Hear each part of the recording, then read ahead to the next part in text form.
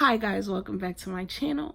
I am Alexis T. James, and I am back with another video for you. So first thing, I am going to put you up on game.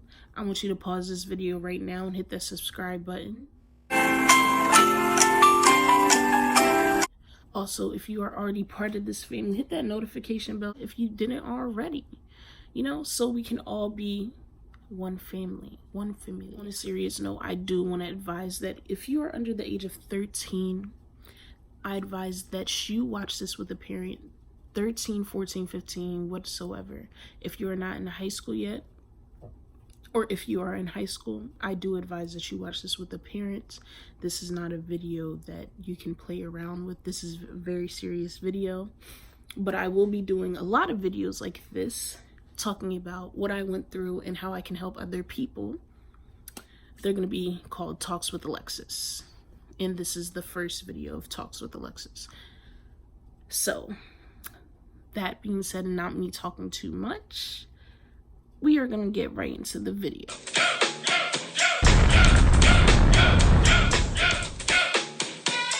Today's video is on how I survived depression and suicidal thoughts. I will be answering questions off of Instagram, and I will be answering questions that people might ask in general. So depression is a feeling of sadness, overly sadness, doubting yourself, feeling useless. Depression also comes from stress. Being overly stressed, you become to feel depressed. They all connect somehow. It's like once you start here, you go there, you go there. So for me, it was being stressed out, feeling like I wasn't doing enough. Or every time you get to a certain rank, it's like the force of something pulling you down all the time. So that's my definition of depression. Suicidal thoughts, wanting to take your own life, just wanting it to be over. For me, it was just like, I just didn't want to be a disappointment. I felt like I was a disappointment. I didn't want to be a disappointment anymore. I felt like I didn't deserve to be here because there was no reason for me to be here. So that's where I got the suicidal thoughts from. But first we're going to get into the questions that I did get off of Instagram. So the questions I got on Instagram, I did write them in this book. This book is the same book that I used to write in when I was depressed. I think I got this book in high school. But yeah, this is the same book. But I did write the questions in here that I did get off of Instagram. But one of the first questions from Instagram is, where did it all start? For me, at a young age, it did start in first grade. First grade is when I was like chubby, you're learning about yourself. I was chubby. I was the only black kid in my class. My teacher was racist. And I was like an outcast. I was very noticeable. It's one of the main reasons why I don't really like attention, because you never know what people are staring to say and all that other stuff. All that started in first grade. And also being the only black kid, because I wanted to blend in, I was always looking for other people's approval. And there's no need to look for other people's approval, because the only opinion that matters in your life is yours, what you think about yourself. If you don't like something on yourself, you change it. And that's something that I did not know. I knew it probably would have changed me, but like in high school and stuff like that, I wasn't really looking for other people's approval. Or in first grade, I wanted to please people, wanted to please other people instead of pleasing myself, being happy with what I look like to myself. So that was like a big thing. And like I said, my teacher was racist. My mom is African, okay? So, meaning that she made sure I knew everything about what I was about to be learning before I even learned it. And she's a single parent. So that was something that I had to know. Like, I had to know everything. So, of course, I was raising my hand. In everything she asked, I was raising my hand. But it got to the point where now, even if she did call on me, if nobody else raise their hand. Even if she did call on me, she would tell me I was wrong and then ask somebody else the answer, and it would be the same exact answer that I just said. And during that time is when I really developed shyness, because I always used to be somebody that as soon as I walk in a room, like, oh my gosh, so happy and stuff. Even though I was quiet, I was always preppy and stuff at a young age. And all that brought that down. Like, my confidence level just went down. And for your confidence level at a young age to go down is something that's very hard to get back up as you grow up. And also, when I did tell somebody that, you know, she was not letting me answer questions, she was not accepting my homework and stuff like that, she didn't believe me. So that started, why tell anybody anything that's really bothering me if nobody's gonna, you know, listen to me? So that started that whole problem. And whether somebody was hurting me, whether somebody really made me upset, something that happened deep inside of me, or somebody just said something to hurt my feelings, I would not say anything to anybody. I would just cry to myself, cry to sleep, and I would not tell anybody anything, because why would I tell somebody something or tell somebody anything that's going on with me when they're just not gonna believe me? And I noticed that a lot. You know, like, you tell somebody something, it's really their choice to believe you or not. But you know what you went through. You know what you're going through. And when you tell other people, not everybody's gonna believe you. So yeah, that was how it started. Next question is, were you depressed? Yeah, that's the title of the video. I mean, I know people are gonna ask that question because the main question I did ask on Instagram were about suicidal thoughts. So yes, I was depressed. Did you tell anyone? Like I talked about before, it was kind of hard for me to tell people what was really going on with me, because nobody was really gonna listen. That's really how I felt, like nobody was really gonna listen. You get to this point where you feel like nobody really knows what you're going through. Everybody just, you know, just assume you're okay because you always say you're okay. So I didn't really tell anybody when it started. In high school is when I started trusting people, because we did move a lot, so I didn't really have that many friends. Like, everybody always knew me, but I didn't really have that many friends. Like, I was always, oh, the nice girl, you know, da da da da da. But I didn't really like talk to that many people. I wasn't really close to that many people till high school. So a lot of times I did hide a lot. Like I talked about from the first question, I did hide a lot. Why? Because I felt like nobody would really understand why I was feeling the way I was feeling. Usually for kids, it's like you're supposed to be happy. I felt like something was seriously wrong with me. I felt like I was a problem, because why was I feeling this way? Why was I going through this? Why? You start questioning so much, it's like the questions can't be answered. This is one of the first advices I'm gonna give you guys today. I keep a lot in. That is something that I am still working on today. Is I can talk, I can tell you what's going on with me, but I will always hold back. It's the way that you deliver the message that really matters, right? My big advice to you is holding stuff in. It's like a volcano. A volcano is bound to erupt. So by you holding stuff in, you're bound to explode. So for me, I used to write a lot. So by me writing, listening to music, and some like things just kept happening back to back, it's something that I would explode after. It's not something that was healthy for me.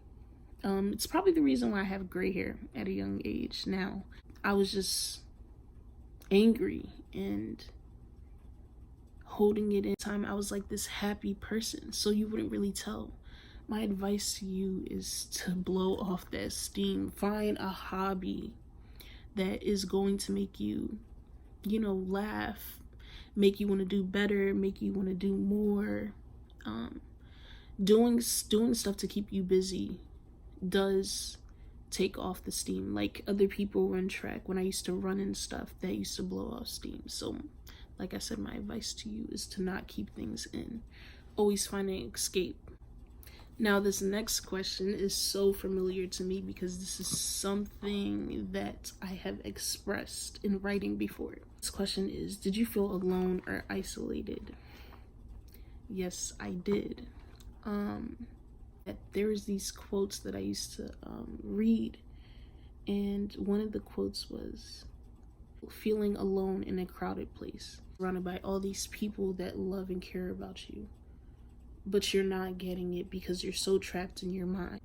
Who hurt you? What is going on? You're not really there. You're there, but you're not really there. It's like you're talking to somebody, but your mind is somewhere else. It got to a point where at times I did feel like I was a dead body walking. No feeling in me. Like I just felt like I just needed to go. There was no reason for me to be here. I just felt weak. It's like, yeah, I'm there. I would have my moments where like days were good and then it would go right back. So it's like, what can you really do? Being alone. One thing I learned about that word is that nobody is ever really alone. Why? Because we do have God. Regardless if he's physically here, he is always emotionally here. You can always talk to him. And that's something that I wish I really paid attention to when I really needed it. So, see, look, I'm about to show you something, right? So, I overthink a lot. The mind is a very powerful place, but you can control your mind. And that's one thing I wish I knew. So I'm telling you this to help you. You can control what you're going through. Any situation can be controlled. Any situation. If you are in pain, if you speak in your mind, I'm healed. It can be done. Why? Because your mind believes it. If you believe, like how when people go into shock, they don't really believe what is happening to them, right? It's because your mind, you can control it. So people usually control things like that. One of the things that I've learned that I used to control my mind at times is music. Music was a very big influence for me. So like whatever I was listening to at the moment is what was creating this vibe for me. So if I was sad, of course I was listening to sad music. If I was happy, of course I was listening to happy music. But it's a way that I would listen to music. When I listen to music, I'm in the song, right? So whatever I'm listening to, I'm in it. When I listen to music, I like to be in the song.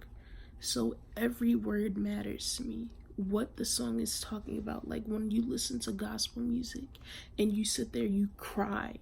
Why? Because you feel every single word. Whether it's you're listening to the piano, the beat of the violin, how everything you're moving, you don't even know why you're moving. Everything constructs what you're feeling. It's like when the constructor is constructing the people how to play the music. They're watching him, they're following him, they're focused on what he's doing to be able to know where to go, when to start, when to move. Everything is controlled that way. And that's how your mind controls whatever you do. Like music, like I said, was a big influence. Music was my way of escaping what I was feeling. It was like I always knew that whatever I was supposed to do, it involved music. Because the way I felt or the way I feel when I listen to music, it's like I'm not even here.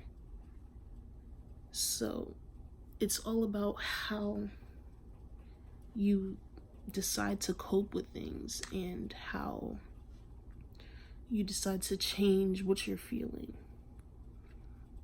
I would always say that people that are depressed can always come back like that. When you're depressed, the hardest thing is having friends, having people around you, because you're always pushing them away. Whether you know you're doing it or not, you're always pushing them away. And it's hard for them to understand because they don't really get what you're going through. But you can't really blame how they feel because they don't really get it. On top of them not getting it, you might be clingy. Like, I feel like I was clingy towards people that I probably shouldn't have been. Always wanting to be like, oh, you always want that person to talk to, but because you can't talk to them, like, oh, they're ignoring you and stuff, you catch those quick attitudes. You're already hot. So simple things like that, like people not, oh my gosh, like, why are you not, and all that energy and that vibe, it's all should be channeled in something creative. Like, I'm also a writer. I write things down. I write my feelings down. As you can see, this book, I write a lot. Another thing I channel through is art. But social media, when you're depressed, is also another bad thing. There's so many bad influences out there. There's so many things distracting you from what you're really supposed to be doing, because you're clingy and stuff. Like, let's say you call your friend don't answer, but you see your friend on Instagram doing all this other stuff. Like, girl, I just called you, I'm going through something, I want to talk, and they don't want to talk. And by you always being this clingy person, this person starts to feel a certain way, and they eventually leave you. Being depressed does make you lonely, physically, emotionally, because the force of you always pushing people away, the force of you always not letting people in, nobody's really gonna want to be around you, right? And that's just another thing. Instead of letting people in, you try to figure out things on your own. And that's exactly what not to do, trying to figure out things on your own. That is the worst thing that you could ever possibly do. Try to fix yourself on your own. Everybody needs help. Everybody needs guidance, regardless who you are. You're always alone. You're independent. You're always going to need somebody. We all need people. God made us to need people.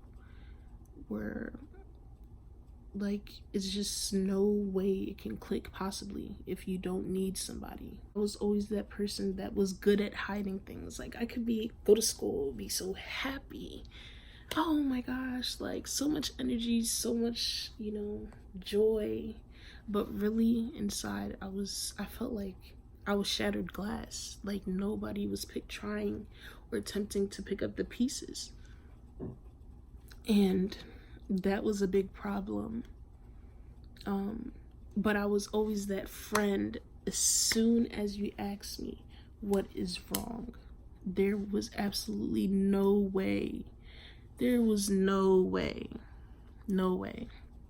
at all that I was not crying. Just break down, start crying. As soon as those words click in your head, you break down and start crying. Regardless if today was your good day or not. It's just, now you crying. Even if you're not a crier, stuff like that makes you cry. Because now somebody is actually taking their time to ask you if you're okay. Little things like that matter. Asking people if they're okay, like, oh, how was your day? Little things matter. They all matter. How was your day? Did you eat? Did you sleep well? What the person is dreaming about might be bothering them. Stuff like that. It's always good for a person. It's like little signs like that. They're always asking you if you're okay. They never really want to talk about things that's going on at home. They rather not. Those are the people that you need to check up on the most. People that are always laughing, always joking around, Those are the people that are really hurting deep. And those are the people that you, like I said, you need to check up on. You need to make sure your friends that are always looking out for other people are okay as well. They need to be looked out for as well. It's not a one-way street.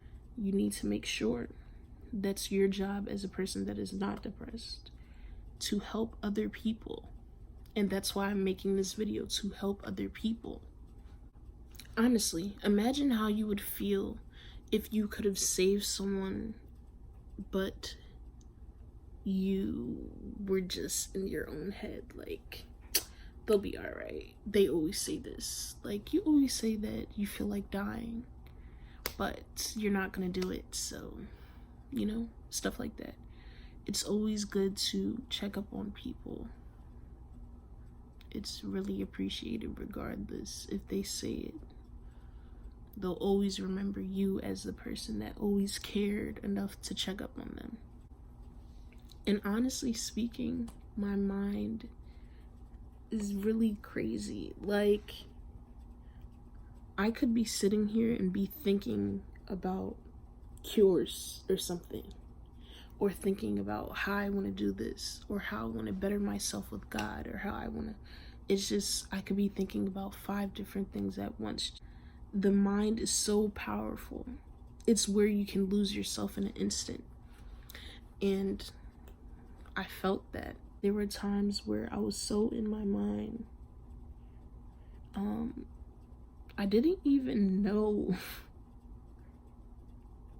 if I was even breathing, or I don't even know how to explain that. It was like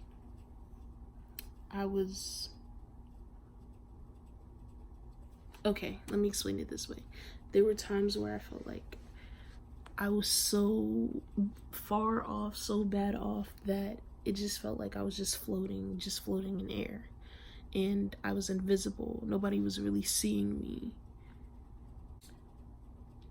It was like the feeling of getting so lost in my head that me thinking about how I wanted to disappear so bad, I actually disappeared for that moment, regardless if I realized it or not. Because me wanting to disappear so badly, I actually did disappear.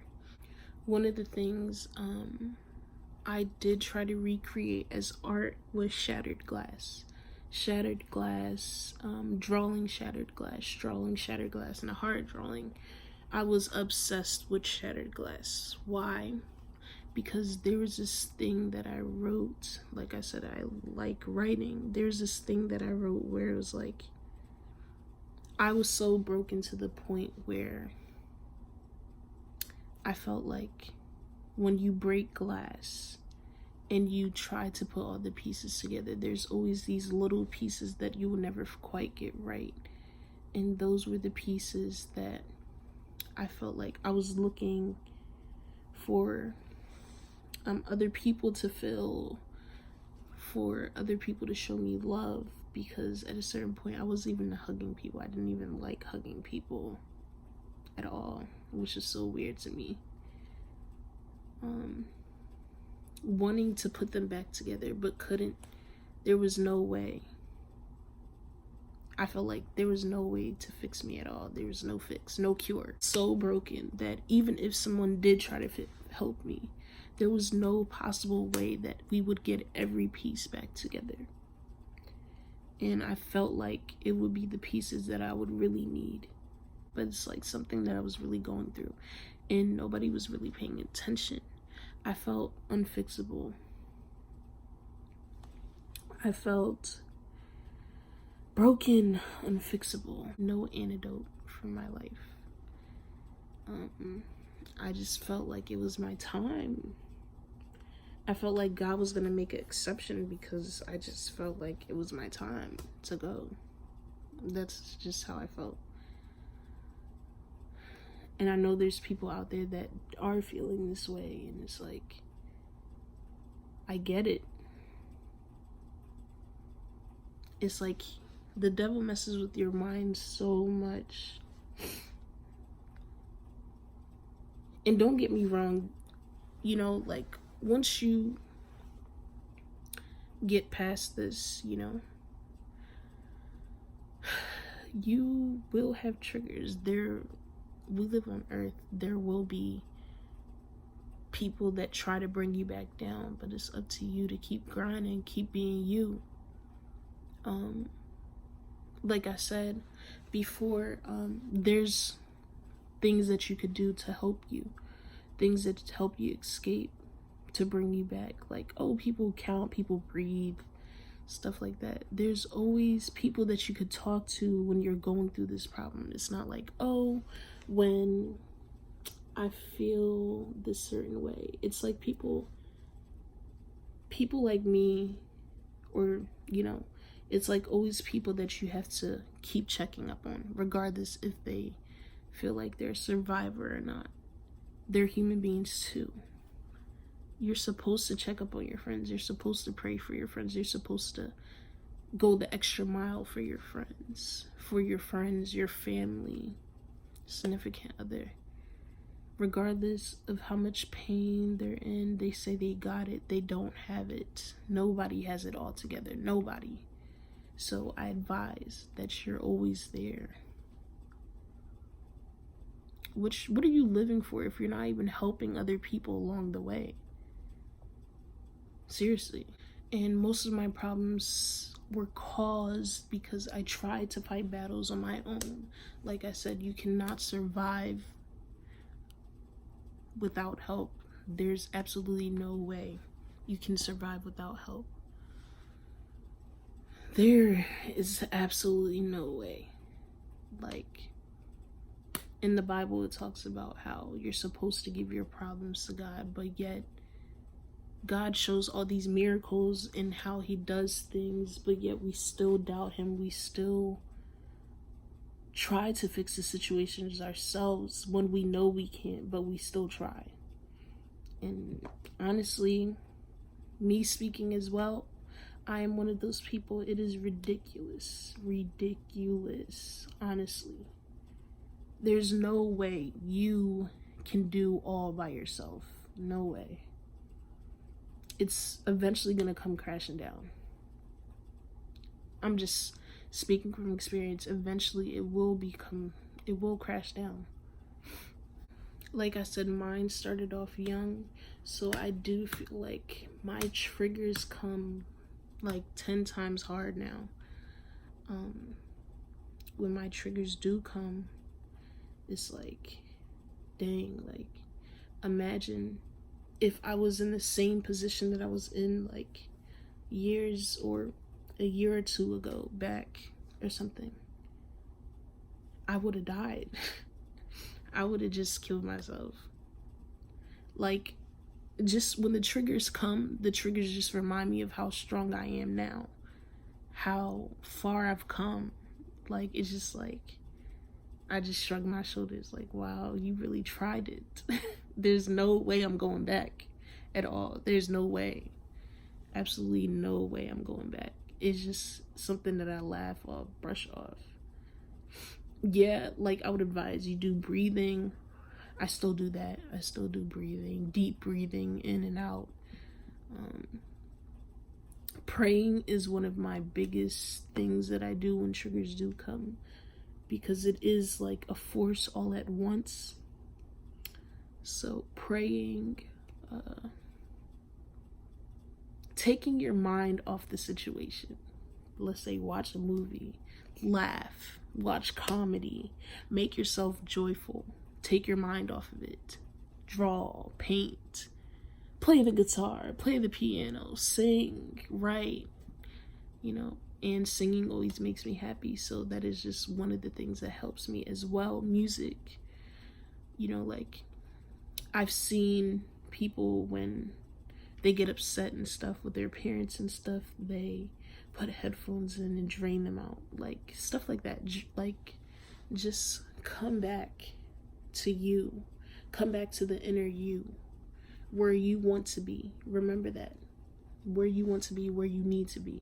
One of my biggest things that I went through personally was hating myself. learning to love myself. Once I've learned to love myself, it opened doors for me to love other people the way I love myself. Love God the way I love myself, because you cannot love God if you don't love yourself. And that was one of the biggest struggles that I had. Learning to love my body, being called fat, like hearing stuff like that, like, aren't you ashamed of how you look? Like, other people, you know, look better, stuff like that. Like, me currently right now, yeah, I might not like the extra fat right now, but it can always be worked on. I can always start working out again. And that's something I'm supposed to be doing right now, actually. But it's, you know, like, it's certain stuff that would hit so hard. Like, you know, you're already pulling yourself down. You're already in your own head, doubting yourself. But that's another thing. It's not really you that's talking down on yourself. It's really a spirit just making you want to kill yourself. Somebody telling you, yeah, you should kill yourself. Look at you. Look at yourself in the mirror. Like, nobody wants you. Stuff like that. And it just made it worse. And it's like, why would anybody ever want to be with me if I look like this? And it's something that I had to learn. It's not going to happen overnight. Let me just tell you right now. It did possibly take me years to even love myself, you know. Like, I do makeup and stuff. Right now, I don't have foundation and stuff on. Like, I always had perfect skin, but now I break out and stuff like that. Hating myself, wishing I looked better. Right now, I have, like, mascara, and I did my eyebrows. Well, I tweezed my eyebrows earlier, so that's still there. And, you know, just wishing you were better. Not appreciating how you are. And that was a big thing. Like I said, it doesn't happen overnight.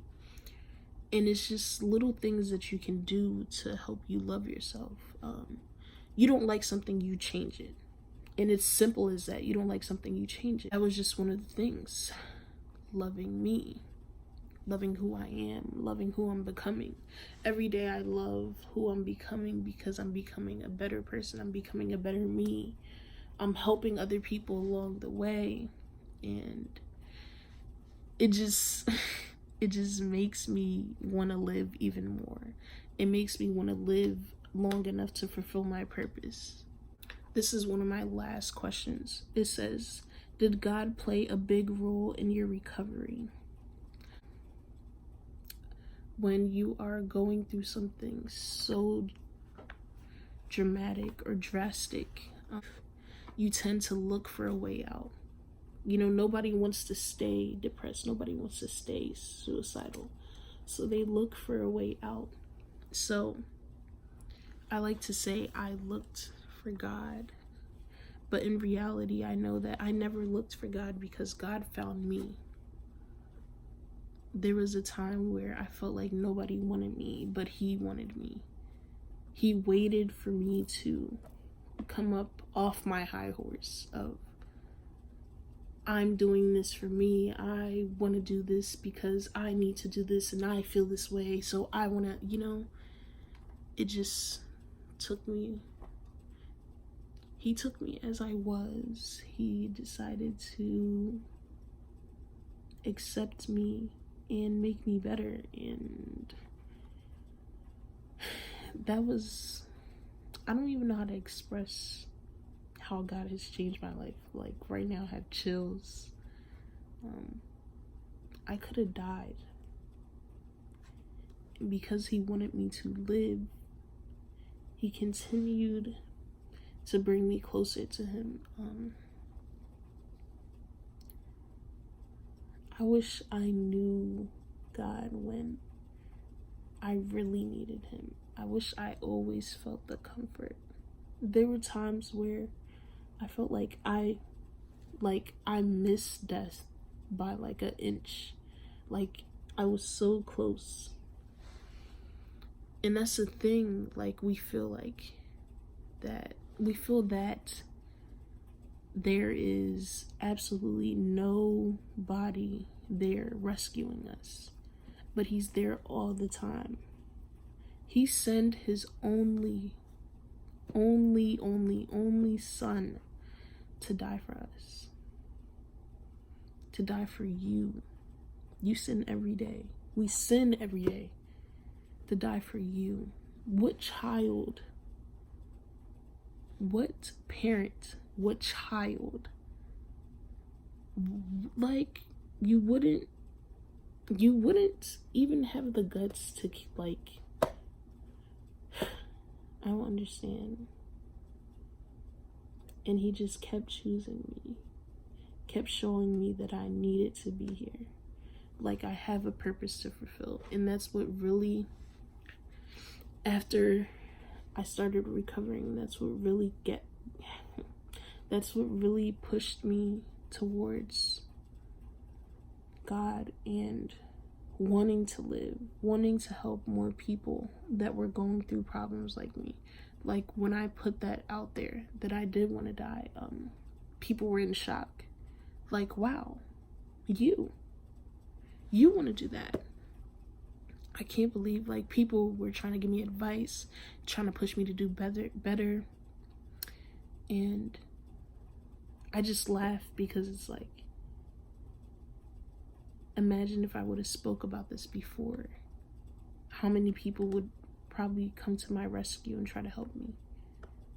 So, yes, God did play the biggest role. God was the only role. He's the only reason why I'm still here today. So yes, he played the biggest role.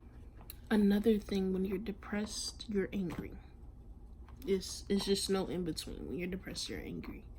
And I had this anger within me from holding things and from keeping, that I would be sitting here and thinking about what's really bothering me and who hurt me.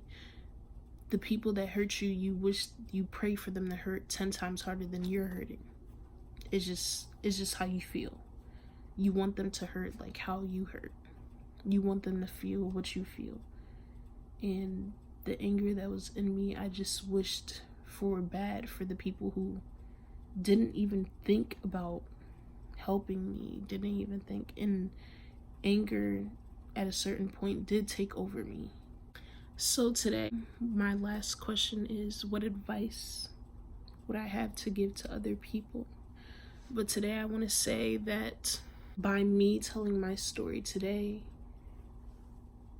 I was able to speak for the other people that are suffering in silence. Hopefully, by you guys watching this video, you guys do want to come out and speak, but it should be on your time. It should not be based off of my time.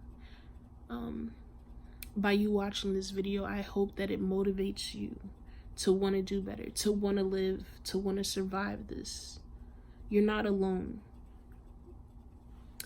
People go through this every day. Even probably your favorite rapper, your favorite singer, your favorite musician, artist, stuff like that. Everybody's going through something. People go through things. It's life. It's an everyday cycle. But I want to encourage you to keep pushing forward.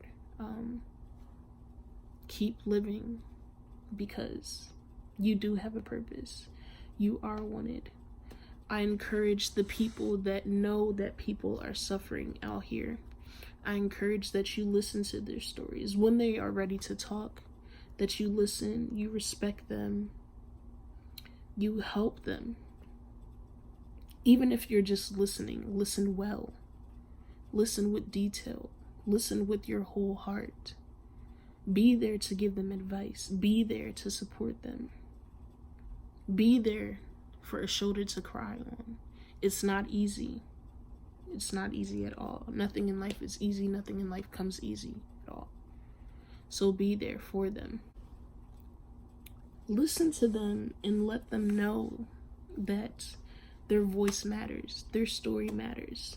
That because they're a survivor, that God is happy with them, God is pleased with them, for even thinking about saying what was going on, talking about it, and speaking on what you're going through could help the next person. So that's what I did today, speaking on what I went through to help the next person, to help anybody that is suffering. I will be doing another video probably on reading what I used to write. We could go through those. I might get emotional, the only reason why I didn't get emotional through this video was because this is something that I tried to prepare myself for. This is something I did pray for me not to cry, although I almost did cry. I didn't. And I want to speak on the people that are depressed but are too proud to speak on what they're going through. I want you to know that we are here. We are here. We're always here to listen. When you're ready, we'll be here to listen. We're here to support you. Not everybody is confident with what they're going through, so I advise that you take your time through your process, and you don't have to hide everything. By you hiding things, you're glorifying the devil. By you putting it out there, you're shaming the devil. But I do want you to realize that it is on your time. So, I also want to say, if you have got this far in this video, I do want to say that I love you and I appreciate you so much. And I want to say, I pray that you get through whatever you're going through, that you do better. I also want to give one of my favorite people this is my woman of God. I love her so much. I will put her Facebook and Instagram, her YouTube, everything down in the description below, because when other people, God sends people to help you, and when those people do help you, you are supposed to celebrate them, celebrate what they did for you. Like, God doesn't just send regular people to help you. When he sends people, they're legit people.